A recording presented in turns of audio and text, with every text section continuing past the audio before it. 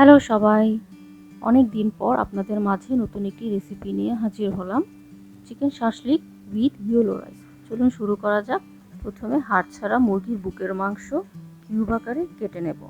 এতে একে একে লবণ, আদা বাটা, রসুন বাটা, মরিচ গুঁড়ো, হলুদ গুঁড়ো, পরিমাণ মতো লবণ, সয়া সস, টমেটো সস দিয়ে ভালো করে মিশিয়ে নেব এবং একটু ভালো স্বাদের জন্য আমি অল্প একটু তান্দুরি মশলা অ্যাড করে নিচ্ছি। এরপর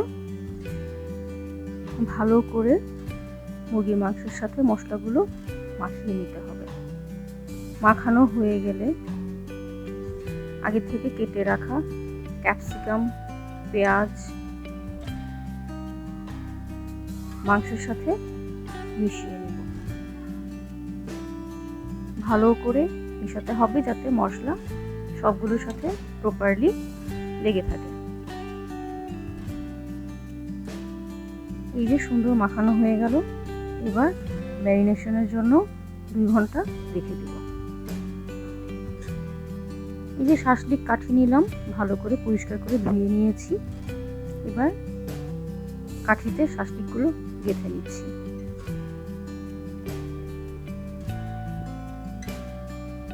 গাঁথা হয়ে গেলে একে একে আমার শাসলিকগুলো রেডি হয়ে গেল ভাজার জন্য।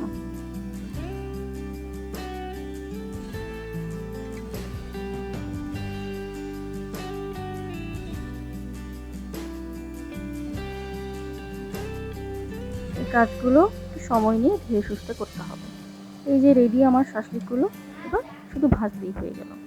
সাথে সাথে আমি ইয়েলো রাইসের প্রিপারেশন নিচ্ছি।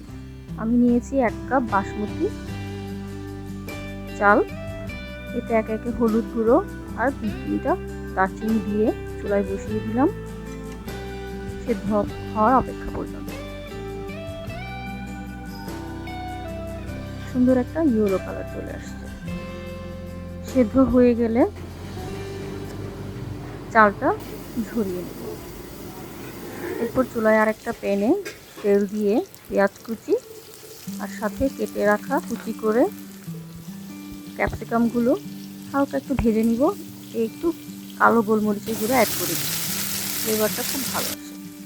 এবার সেদ্ধ চালগুলো দিয়ে দিলাম, ভালো করে মিশিয়ে ভেজে নেব। সাথে কিন্তু লবণটাও একটু টেস্ট করে দিতে হবে, লবণ কম হলে অবশ্যই অ্যাড করে দিতে হবে। আর একটু স্বাদের জন্য, ট্যাঙ্গি টেস্টের জন্য একটু লেবুর রস। এই তো হয়ে গেল ইয়েলো রাইস। এবার চলেন শাসলিকগুলো ভেজে ফেলি।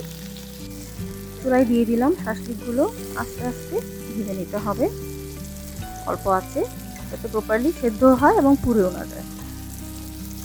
আমি অল্প তেলেই ভাজছি। এই তো হয়ে গেল আমার শাসলিকগুলো রেডি টু সার্ভ। এবার ইয়েলো রাইসের সাথে শাসলিকগুলো এনজয় করুন।